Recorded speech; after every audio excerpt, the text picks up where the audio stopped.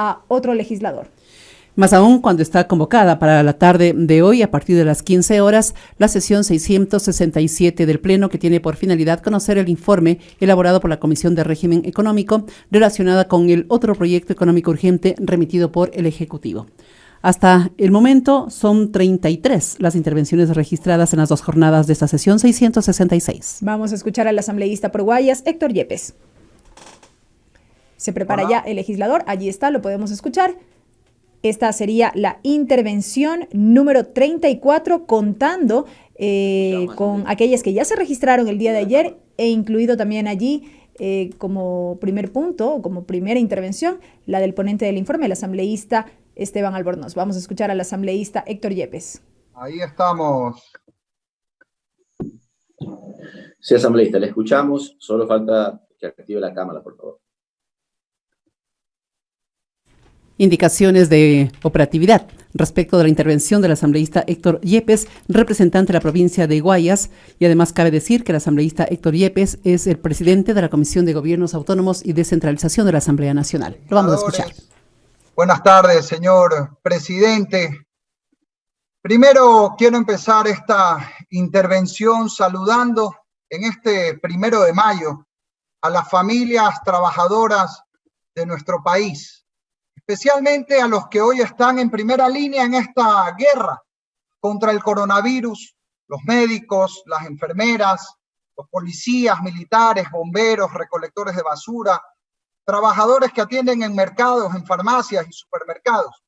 Pero sobre todo quiero empezar con un homenaje y una propuesta concreta a los grandes héroes en esta guerra, que son héroes por mérito propio, no porque nadie los declare como tal, y son los héroes de la salud.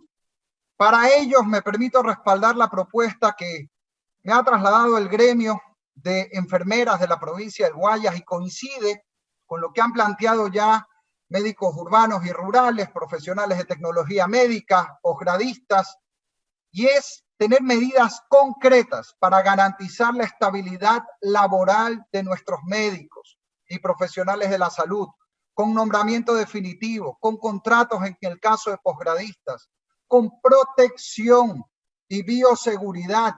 No se trata, como decía el viceministro de Salud en una declaración espeluznante, que los médicos quieren disfrazarse de astronautas. No sé qué le dice a los médicos que ya han fallecido porque no tuvieron esa protección. Necesitan también jornada y condiciones dignas de trabajo. En el caso de las enfermeras, retomando el régimen que se derogó y que estaba en la Ley de Ejercicio Profesional de Enfermeras y Enfermeros. Salarios dignos. Y por último, una pensión digna también para las familias de esos trabajadores de la salud que han fallecido.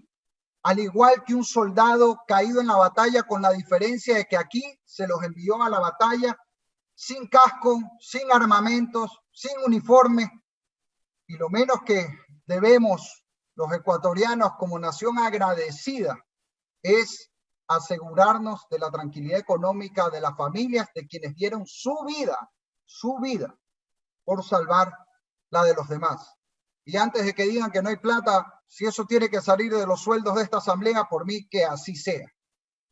También este Día del Trabajador quiero reconocer a esos héroes de los que no se habla tanto, que son los que nos alimentan todos los días, los agricultores, los ganaderos, los pescadores, acuicultores, que salvan vidas y salvan empleos. Salvan vidas porque gracias a ellos podemos comer quienes tenemos la suerte 3 veces al día en el país.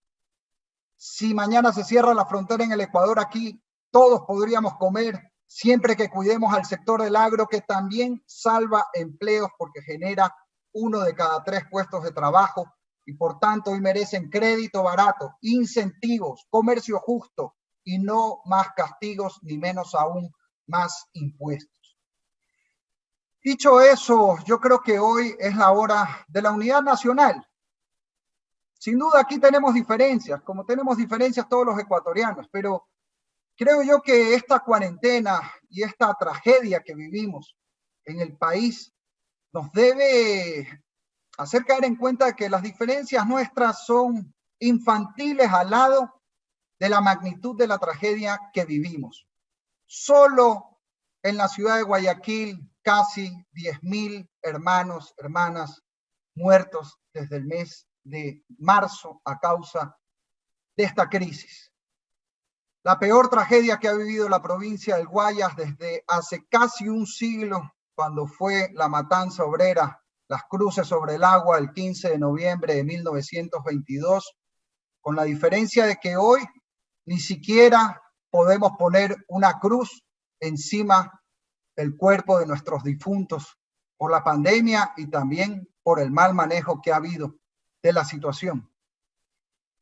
Yo creo que ante eso, colegas legisladores, ciudadanos, debemos unirnos en torno a algo que creo que nos conecta a todos y es el amor por nuestras familias. Les comparto algo personal. Yo acabo de ser nuevamente papá por segunda vez hace 5 semanas. Nació mi hija Catalina, la segunda, en plena cuarentena. Y en lo personal, yo creo que he sentido lo que muchos padres y madres hoy en el Ecuador, la preocupación por el futuro de nuestros hijos en el país. Yo creo que esa preocupación va más allá de por quién votamos en la última elección, de en qué región del Ecuador nacimos, de cuál es nuestra condición social. Y ese amor a nuestras familias y a nuestros hijos, los que tenemos la dicha de ser papás o mamás, debe llevarnos a entender que nuestras familias, las de todos, hoy están en riesgo. Y discúlpenme, pero aquí o nos unimos todos o nos jodemos todos. O arrimamos todos el hombro para salir adelante o se hunde el Ecuador y todos nos hundimos con él. Aquí nadie se puede salvar solo. El Estado no puede pretender salvarse hundiendo la economía de las familias. Pues. No sé, el gobierno piensa gobernar sobre un cementerio o sobre una economía quebrada. Tampoco la empresa se puede salvar sola sin trabajadores y pueblo que consuma. Ni los trabajadores se pueden salvar solos sin empresas que contraten. Aquí todos debemos unirnos. Eso sí, una unidad con objetivos claros. Salvar vidas, salvar empleos, salvar la economía.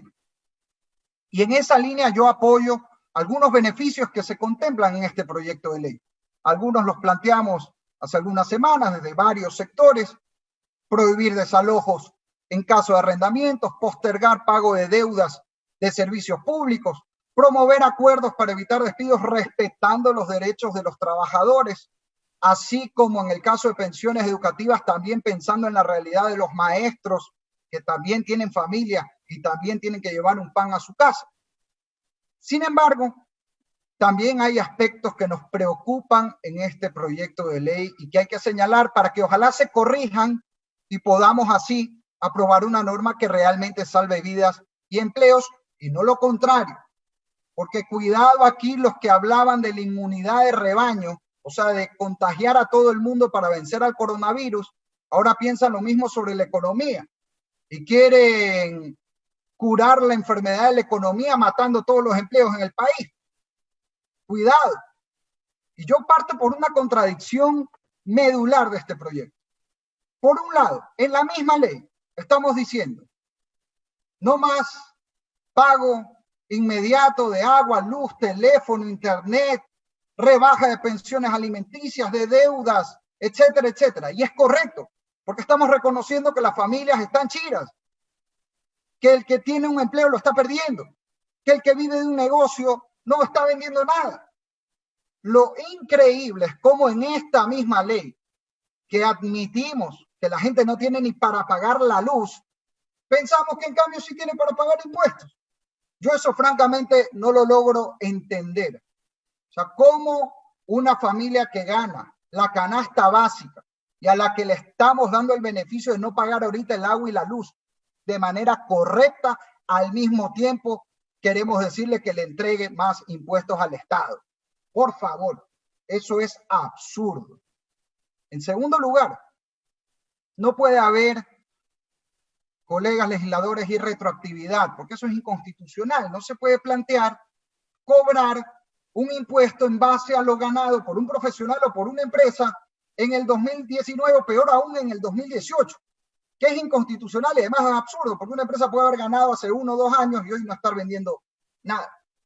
En tercer lugar, otra preocupación, yo no sé de dónde salen los pronósticos de recaudación del ministro de Economía y Finanzas, que lamentablemente le mintió a esta asamblea y tendrá que responder en algún momento sobre el tema de la deuda. Una cosa es cuestionar si se debió o no se debió pagar. Lo que no admite excusa es haber mentido al país y al Parlamento ecuatoriano en una larga comparecencia.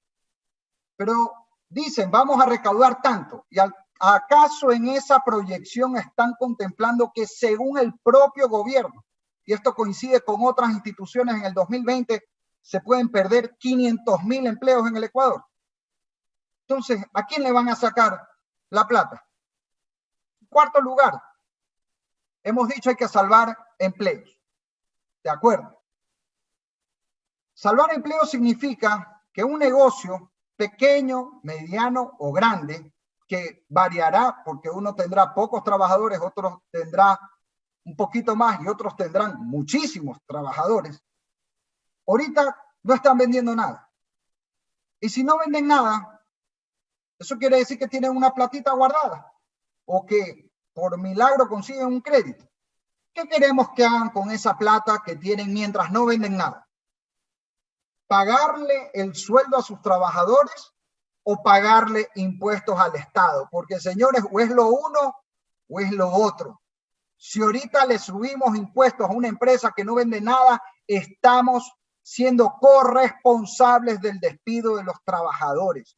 Lindo es poner en una ley prohibido despedir. Aplausos. Pero ¿con qué se pagan los sueldos? Con plata, pues. No con artículos de la ley ni con el bla bla que pueda tener cualquier persona con o sin razón. Se pagan con plata. Si le quitamos a las empresas esa plata para pagar a los trabajadores, estamos lanzándolos al despido. Entonces, por favor, tengamos sensatez.